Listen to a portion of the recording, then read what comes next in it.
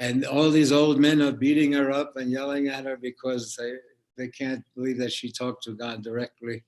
I watched it with you at the house, I remember. I just had it on accidentally again. It came on with her eyes are going like this, like as if she was talking to maniacs or morons, that they couldn't understand anything, yet they were in charge of supposedly the spirituality. Yeah. And tormented her because of her relationship. Actually, why? Because she was wearing men's clothes, right? She wouldn't take away and take women's clothes. She refused to take off the men's clothes and wear the women's clothes. She said that. So it was pretty remarkable movie, since everything was silent and they just depended on the faces to demonstrate everything. That the face then showed all the emotions. Yeah. You've seen that silent one with me then in the past, yeah, I remember that. So what do you think of that? I remember when one sees something that, every year we would learn about Joan of Arc, which when she was born, when she died. Oh, she was a hero there in France? And what did she embody? A woman's energy or woman's intelligence, or was it just spiritual? I think we in general felt that she was real. She was not crazy. In my mind, she was not crazy. Crazy for their times. Look, imagine if you're living in Afghanistan. Oh. And you went out to the grocery store and you forgot to wear a mask. And you wore man's clothing. Okay. And it was natural. Okay. And yet you've been exposed then to a larger world. So going back into that world, it would not be natural. It would be, okay, because you've seen a larger picture. So maybe growing up in it, you would accept the form that you grew up in. But then once you saw a wider world, then you would have a challenge with the orthodoxy. Because then you saw that the orthodoxy was a controlling factor. There was a difference between being religious and religion. And religion was a literal thing. Where religious was more that somehow you had an intuitive conversation with the energy, and it took the form of soul, herd, a lover, but it took different forms, but it was the energy that ran through the story. So if you fell in love, you fell in love, and it allowed something to happen in relationship. But if you fell out of love, so you see there was a conversation with the energy and it would manifest. And the manifestation of the energy would allow a literal opening in the world or an expression to take place, where almost as if the relationship was a movie of sorts. It was a creative act. But it wasn't so literalized that it had a future in a literal sense of planning.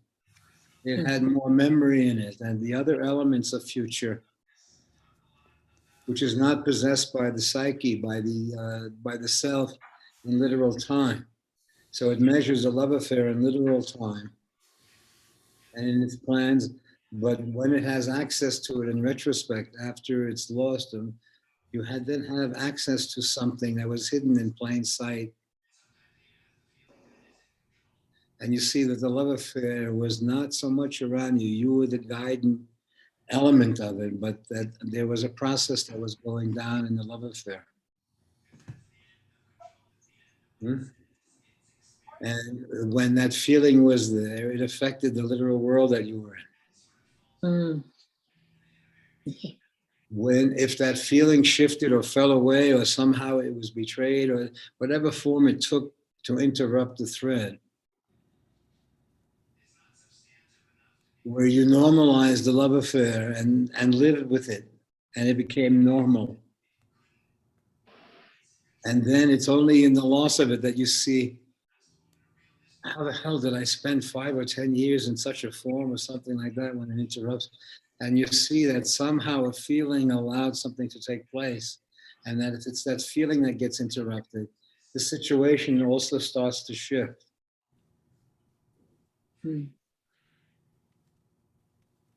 Because it was based on a kind of trust, it looks like trust, that would be considered naive in retrospect.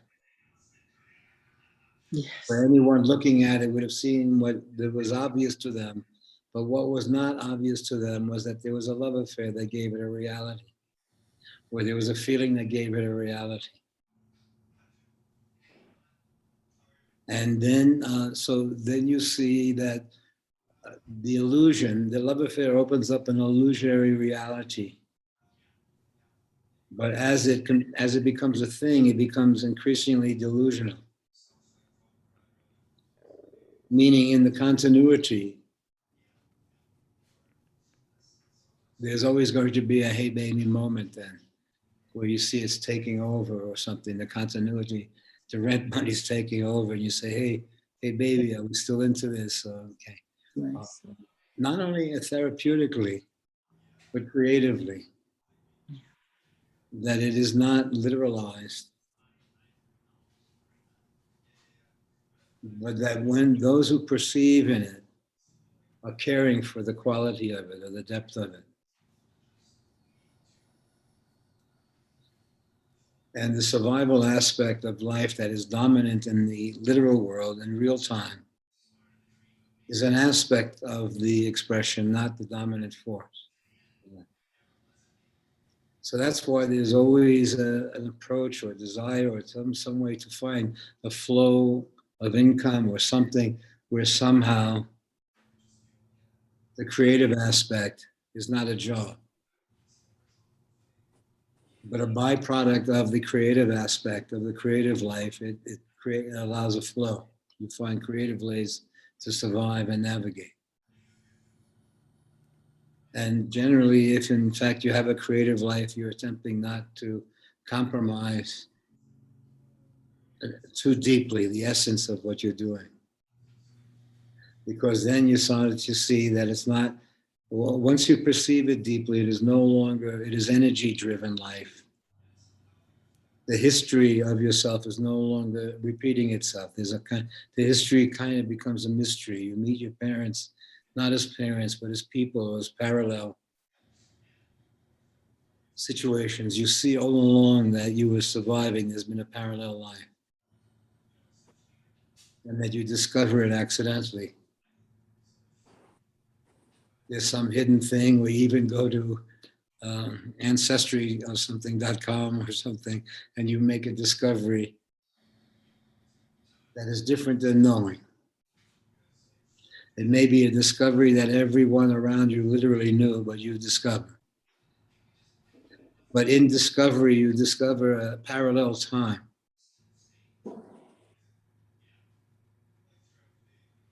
That while you were growing up, there was also a life around you growing up, and situations were happening that you discover in retrospect.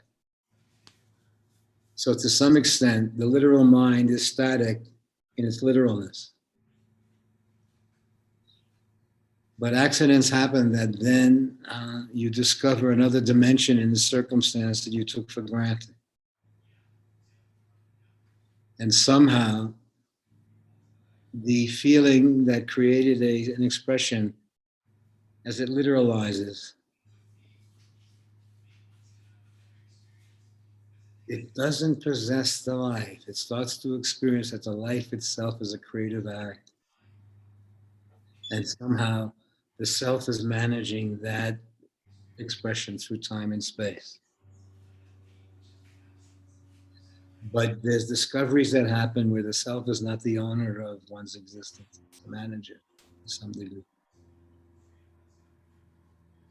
And when that discovery is made, that life is very much a creative happening. And you discover that oftentimes by discovering how creative your body is at all times. What is normal for the body is a remarkable act. It's of circulation, of immune systems, of organs and everything, all of it somehow cooperating with very little knowledge from you. Okay. Okay. And if you try to, if my mind tries to get into my physical working, it pushes my mind aside. Come on, okay, go watch TV or something. The body says, we'll figure it out. So the body somehow, you're introduced to the body, and the body is not the body, it's you. And it has been you all along. And just like it was a parent or a partner or whatever, it becomes taken for granted and normalized until something happens. And then it forces a kind of looking at what one took for granted. And when they then take a look, they there's a no bullshit experience when one meets themselves in a way. And I'm not limiting it to a Freudian logic or the psyche owning the story or something. I'm saying that there are seemingly spiritual energies, we'll call it spiritual, but energies running through the story that are not literally part of the literal life.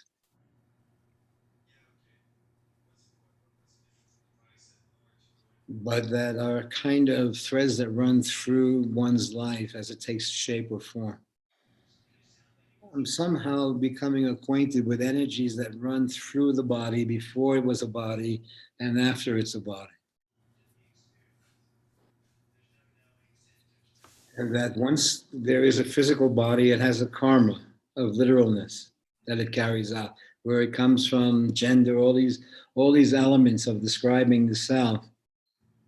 But once people have certain perceptions, the idea of being dominated by gender or religion or a circumstance like that is because then you become acquainted with these flows that are moving through you, or these energies that are moving through you. And you see then, when you see the energies, you see how there will be interpretations of the energies as they run through different situations. When you have a relationship to the feeling, the family is normalized. If something happens and it's interrupted, then the family, the structure itself becomes disturbed from its continuity, its history. But then when you meet the mystery of the family hidden in plain sight, that they were just people, and this series of accidents, and you would, when you look at it in retrospect, you see what it looked like accidents in your life were almost miraculous, and how, what forms it took, and how your life took a different turn at times. So let's say you have moments in your life where you visit your own existence from a different place.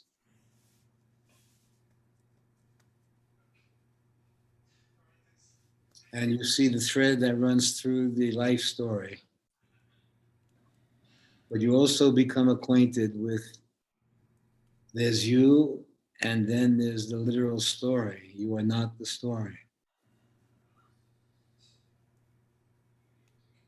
So you understand then kind of structural challenges that happen to you where you are a frozen identity in real time with numbers and this and that to prove your identity. And you see that that is a number that is convenient with a larger picture of commerce and structure around you. So to that world, you are that number. But to friendships, you're you who happens to have that number. To those people out there, you are that number who happens to be a person. So increasingly, you start to see a space between a kind of one's humanity in life and the literalness of existence around you, where it's organized around survival. And that premise of survival is an organizing principle in the social framework that people then will squash or minimize their creativity in order to maintain survival. And survival is not laid out so much, but it is intuited in different circumstances.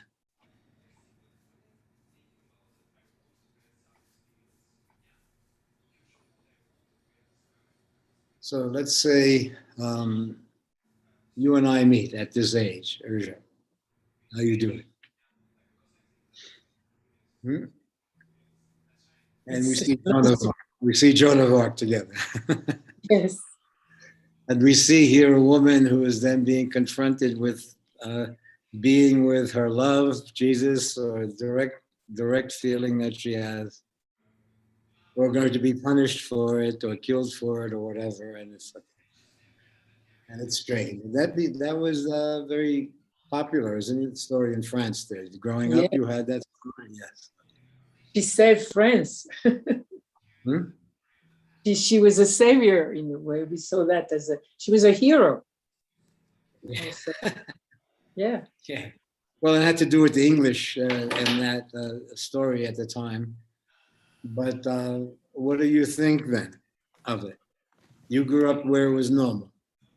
Yes. And we also grew up where, the neighborhood that I grew up in as a kid, it was Italian Catholic and really strong.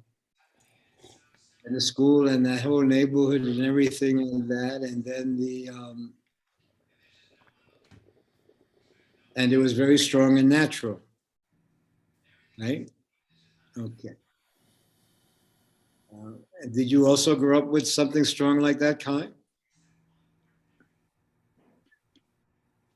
Were they the church strongly in the story? Well, yes, we went Methodist church every Sunday.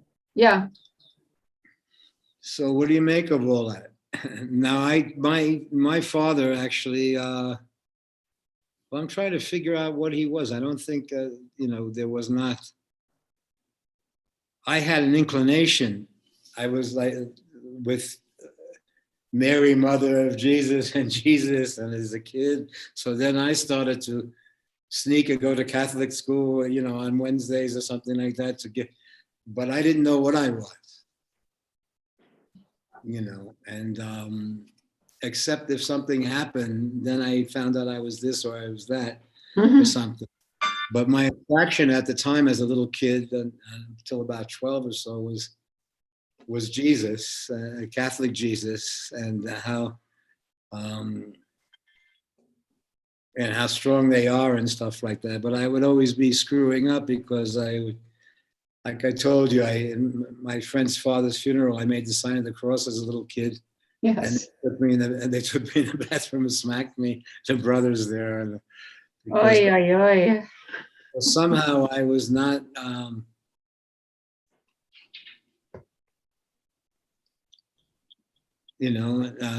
somehow we didn't fit in somehow through the history of the story or whatever. But the threads that ran through me, but anytime you wanted to literalize it with a religion, it became dumb because the naive aspect of it seemed to be the reality. That somehow there was a private conversation. Yes. And that how naive and dumb it sounds. What do you think, Erja? Not really.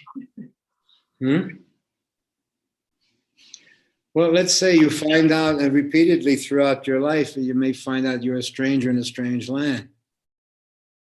You're in circumstances where you have to suppress yourself in order to fit in deeply. And absurdly. And absurdly.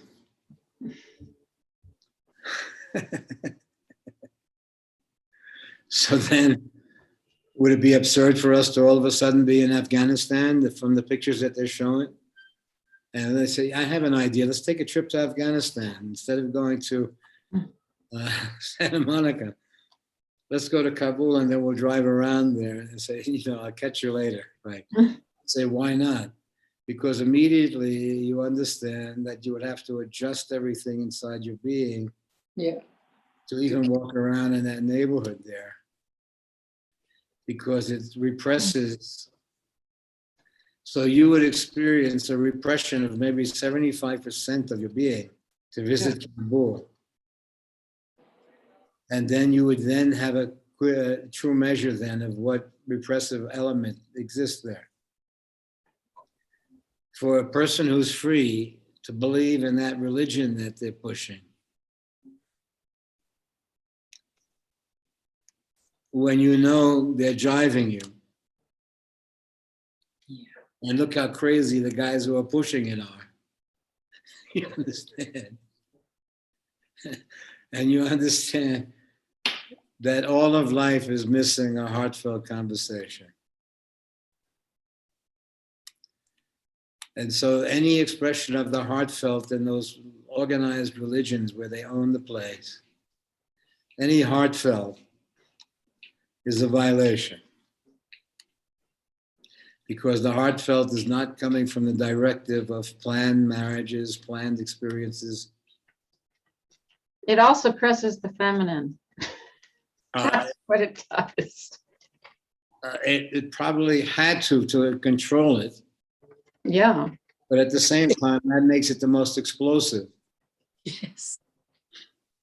Because then you see that the premise wasn't for them repression, but that you were born with that being natural.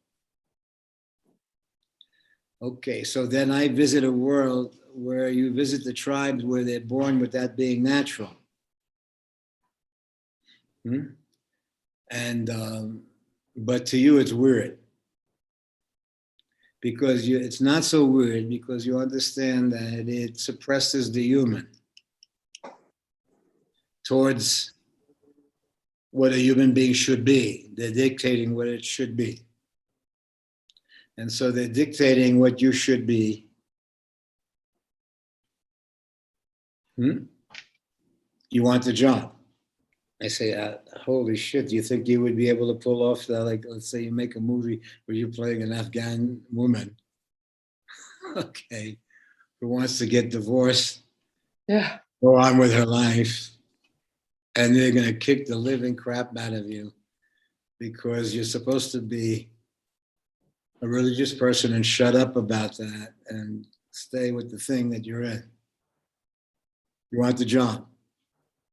You're in the job. Okay. So let's say the job that you would say, are you kidding me? That somehow falling in love, somehow that dimension doesn't have this bullshit attached to it.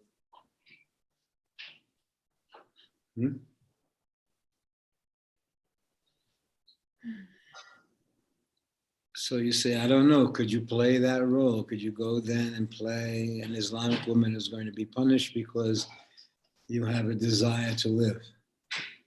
And that's a crime from their perspective, or a sin, because it's not in line with the situation you're in. So for us, it's absurd. The freedom and the truth of something, the soulfulness of something is the priority, not the other thing, maintaining the bullshit. And so what we then have is the bullshit then agrees to say, okay, we're not into it any longer and starts to free the story. But then basically, the premise is that when you have some experiences creatively, the life wakes up to a different situation. And that is that the life is in fact free to find itself, to find its life, to find its voice. And it is no longer karmically controlled, where it's repeating. So, and one is caring for that process by their presence.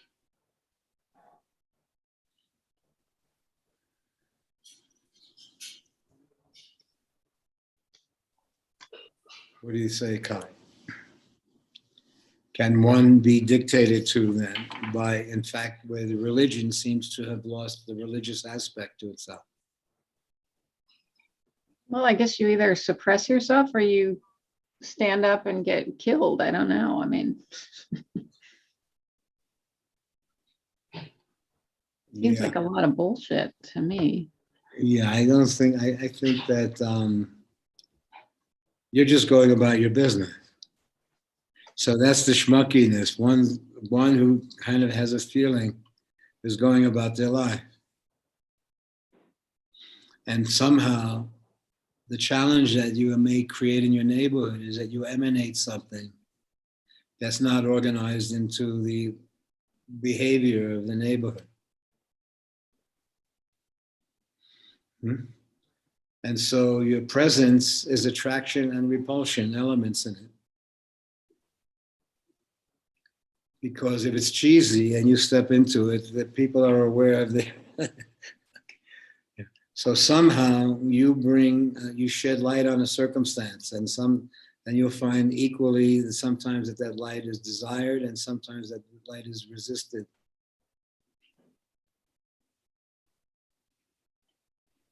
So you see that much of it is dependent on looking the other way. Not only psychologically, but an event has to happen that forces soul searching. And what it reveals is that a simple "hey baby" was the impossible. A simple "hey baby, where are we?" with something, you know, how impossible. And yet, all of life is missing a heartfelt conversation where the self doesn't own the story.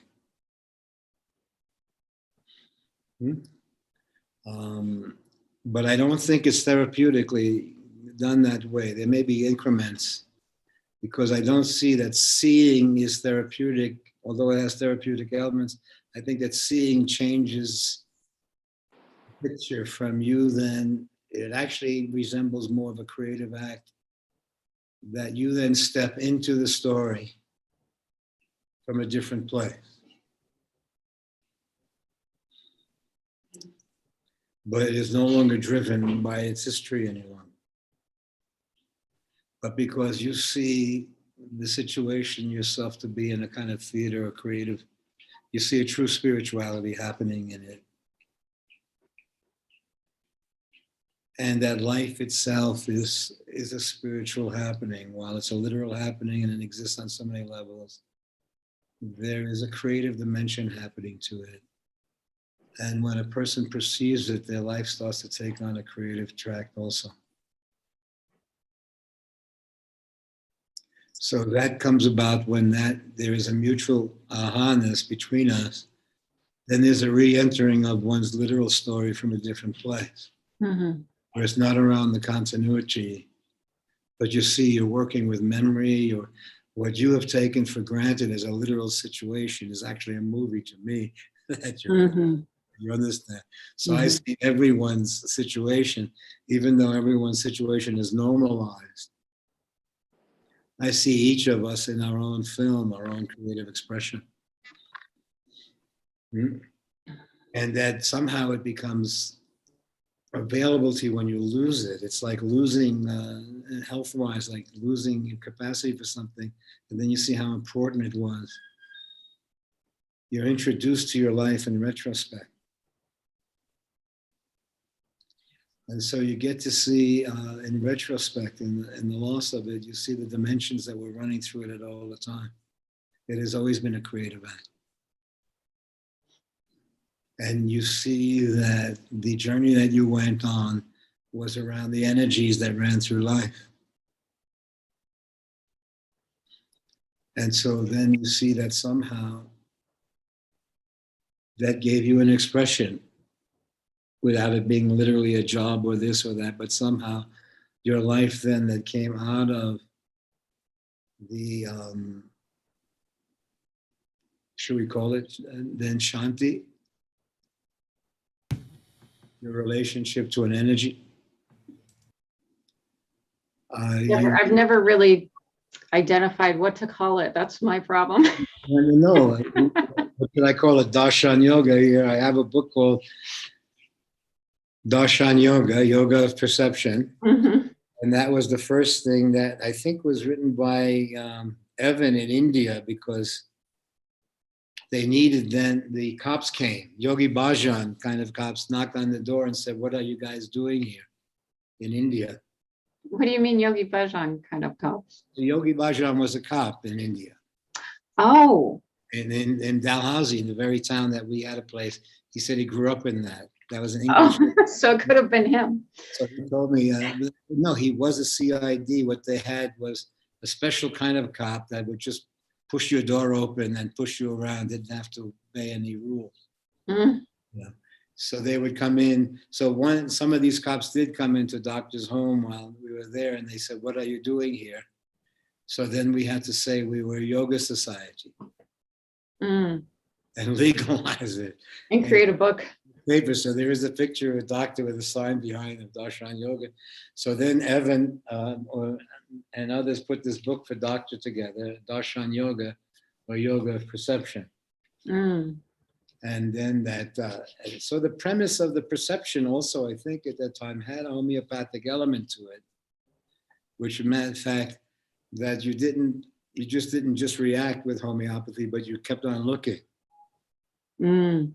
And that was also some aspects of art and theater that some people became in the color field school of art.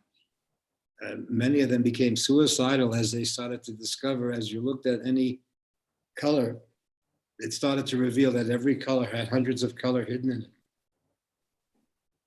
And so then they had some guys who became master of color, but then they lost their life too for the rest of the world.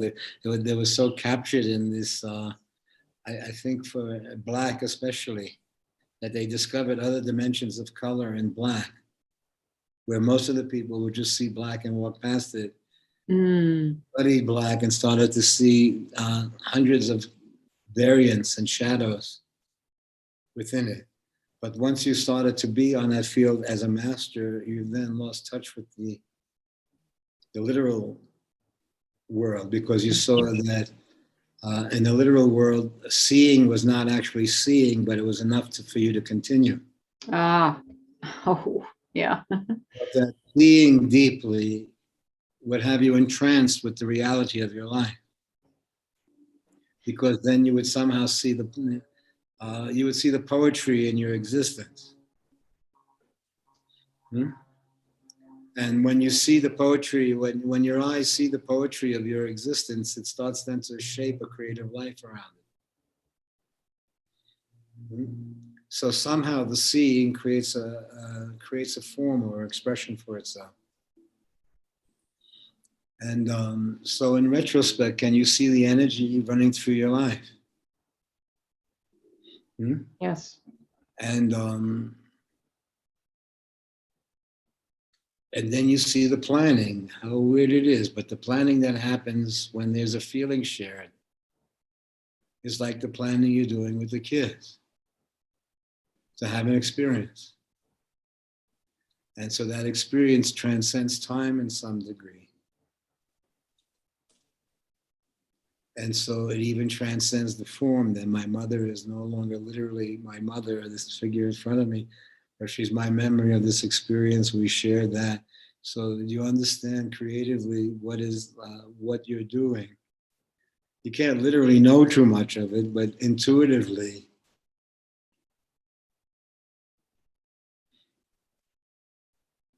but you could also be a hit in the head away too. Not only a dream in California, but what the hell are you spending money on that? And literalizing. So you see both. If the energy is lost, Right. Yes. the literalness takes over. Yeah. So you are creating experiences. You're then kind of giving a sense that the creative expression can be realized in the person.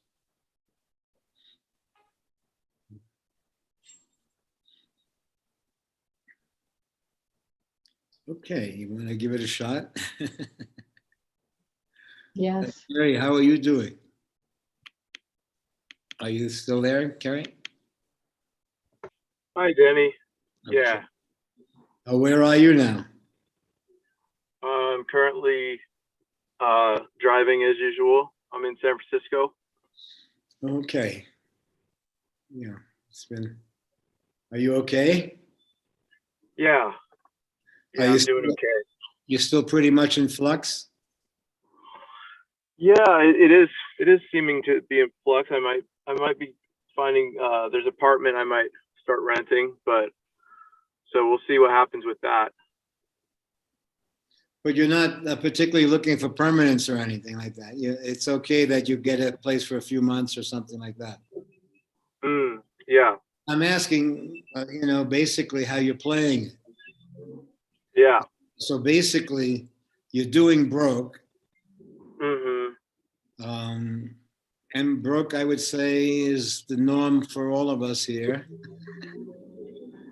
There's a Yeah. difference between broke and poor. Broke is a creative thing. You can be a Right. billionaire and still be broke if there's some creative project, or you can be so that there's a fellow, in fact, a very wealthy person down the road who seems broke all the time. You understand? So broke is more creative. Poor means coming from a place. But broke means that somehow you've had a creative life where money figures in it to some degree, but still you've kept it together. Mm-hmm. Mhm. Yeah. Yeah, Bay Area is tough for rent. That's for sure. it's tough for rent. Yeah. So has the rental for John's space? Yeah. That we had to turn in the keys. They asked for the keys back. Yeah. Yeah. So that made sense, didn't it? And what do you think? Yeah. Derek? That was for the best, Derek? Yeah, well, I mean, for the best. It just seemed like they were probably not going to budge on anything. So I think that basically what you provided was we are schmucks in terms of this future logical plans on something. But the Yeah. fact that Reed came over and you guys then had the ceremony and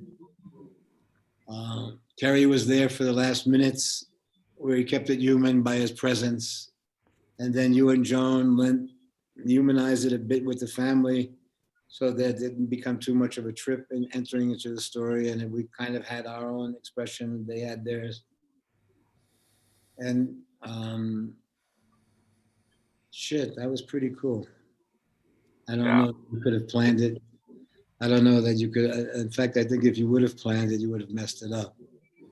True. It kind of had to be a series of accidents or sugar things happening. Yeah. That allowed that everyone to come together, those who did come together, because it was hard to come together with the way John may have been going through the last months or whatever. Right. Yeah. The history and the mystery. So let's say the passing away released the mystery of the story. And then you see the history was just, what the hell happened again with the history? Okay. So you see, it's almost as if the mystery planned the experience. And you see that we couldn't have planned it in that way. It was not, it had to be an act of affection. It was just another passing. So basically, it was our story that we shared, and we had, and it seemed to me that within the context of our story shared around dying, it had a beauty to it. Mm-hmm. When it looked like it was on the verge of Cookie and Carrie. Cookie gonna kick the crap out of Carrie. Carrie. Okay. So it looked like a Cookie and Carrie episode. We had to throw Joan into the story. We had to throw Joan into the story quick.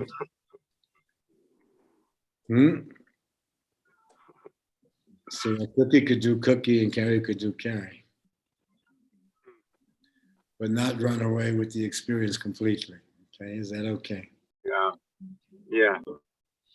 Has anyone ever read this, Darshan Yoga? remember, but I'm thinking I must have at some point. Yeah, I've seen it on the table.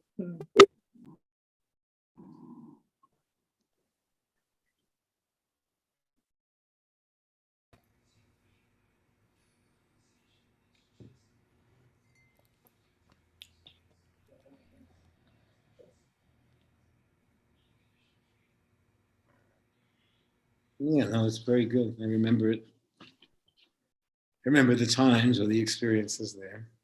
Hmm. So it's quiet day then. Is anyone else on, Kai? Or Yes. Let's see who's on. Sophia, John, and Michael, Bravo, okay, and some other people who haven't said hi. So okay. But are we talking to personally here, Derek, or? I don't think so. Well, Seems we're everything. talking in immersive. In other words, it could be as if, we'll say, everyone shared music together or shared, Jamming, what was that? jamming. Yeah. jamming.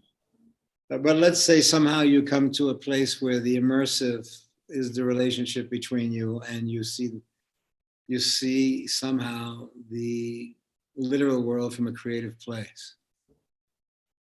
Yeah. Now, I feel that that happens in discovery. You discover something in years later, an accidental happening or something, and it opens up a perception of something, and you see dimensions in it. Now, in seeing dimensions in it, you are then, some accident sets off a memory, and the memory is there with you. It's not something that happened, even though it happened 50 years ago, you see it's registered somehow in the body and in the brain. So something sets that off, and you somehow travel through time and space as if it's 1 second, you can go back 50 years or 40 years. But what you do discover, not that now there may be logical reactive sense that happens to discovery of something, but then as one explores it deeper, you start to see parallel dimensions in your life. And that there was always an observer in your existence. And that there was you and you. There was you, the parallel story, the creative story, and you, the literal story of survival. And when you run into an incident that then throws you back in time and space where you see something where survival is not the measure, but soulfulness is, grace is, humanity is, you then start to see a parallel life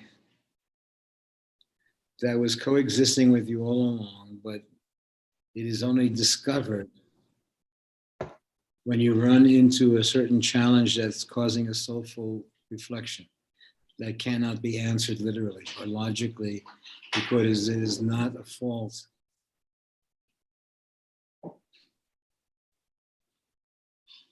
You start to see an event forces you into reflection. And as you step into reflection, you start to see not only a literal life, but a creative life. And as you see a creative life, your relationship to the grace awakens, not only the survival. So you see that the survival lens sees life through the survival lens. So it was a you and me experience. But when the art explores the experience, it sees it's not a possessive, it's trying to see life, it's trying to experience life, explore life in its many dimensions. And you see that that inherently is feared by the literal self.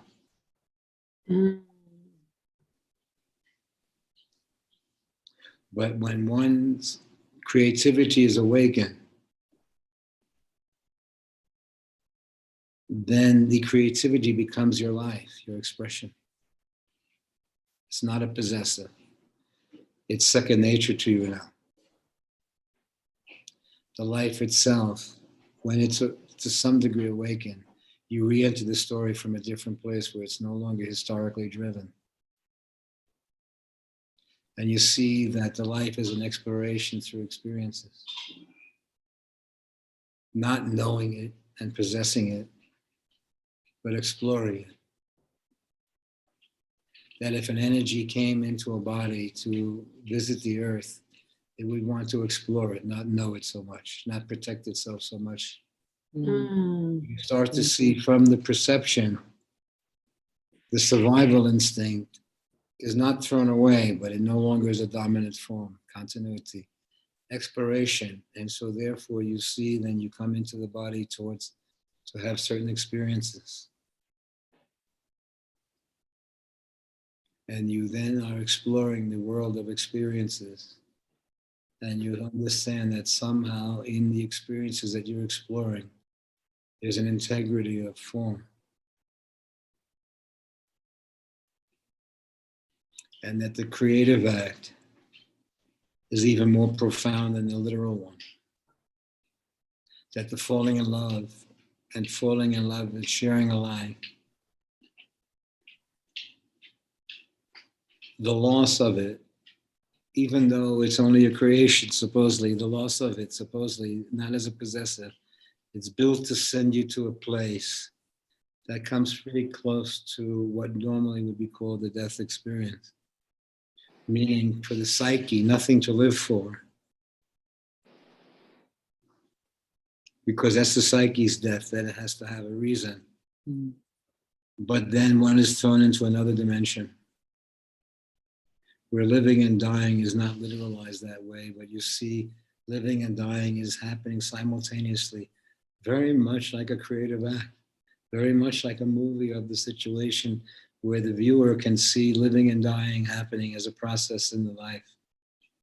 To see that in your own existence, in the existence around you, and to share that space of living and dying perceptively happening, that living and dying perception has its own integrity of form because it sees the world then from the creative space. So when it meets each other from the creative energy and then the literal.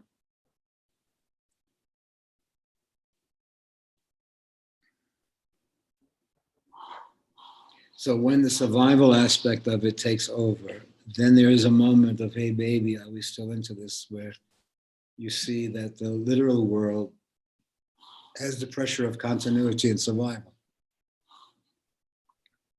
But from the creative perspective, once you're in that world, survival is not worth it if it's not having that feeling in it. So then you start to see, in fact, the life is very different if it's no longer organized around survival. It is then you're caring for something. And in the perception of caring for the life, you then kind of meet the mystery in the story.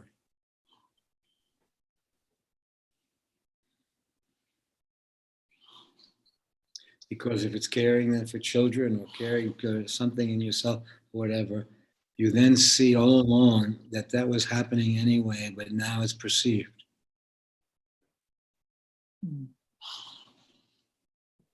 And when it's perceived, is automatically in the perception an I and thou relationship on different levels. And you then have an I and thou relationship to humanity and to all of life also.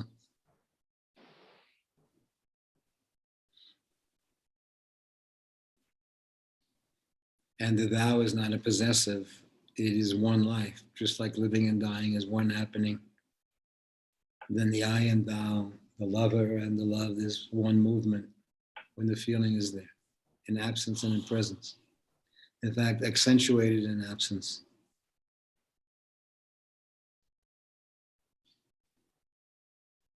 So there is a time when one is actively in their life exploring an energy where the life is exploring. And you see that creatively you have freedom to explore.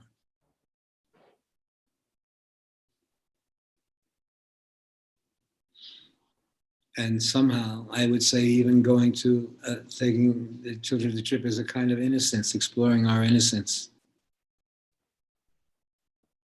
Mhm. where you can just do this. We can just share the experience. They say, "How the hell are you?" And you say, "You just do it. I have an idea. Let's go to Santa Monica." That's exactly what's happening. We're just waiting for the money to show up and we're just doing it. There, I understand.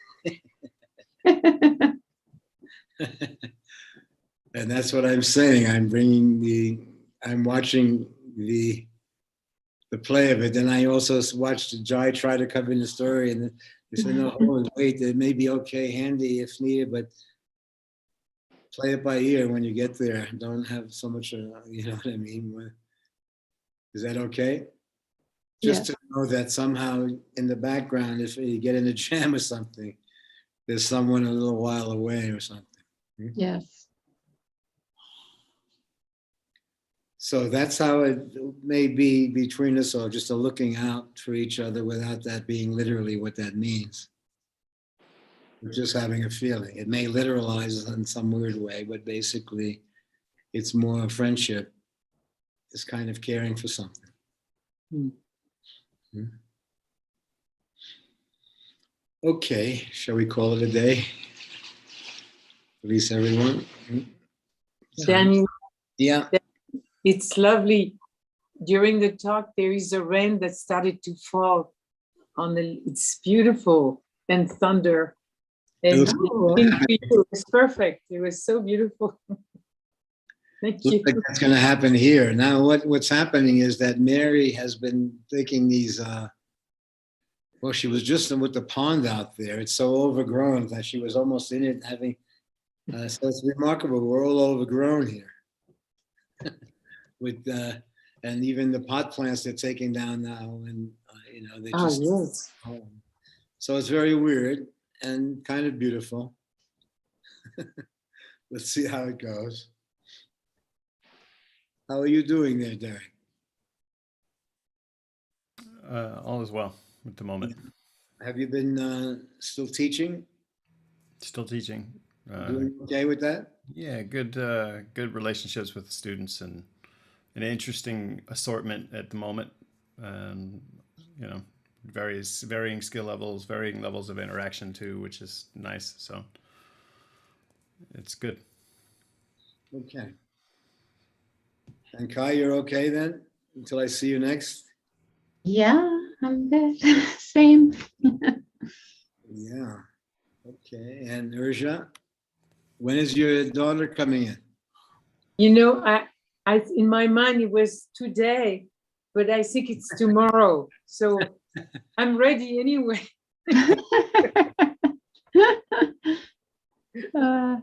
Okay. And Carrie, you'll hang in there? Yeah. Okay. We'll keep in touch about how it's overlapping. October's almost here, man. It's Friday. It's 2 days. Okay. We'll see you later. Yeah. Thank you, Danny. Take care, everyone. Thanks. Bye, everybody on YouTube. Bye. Thank you.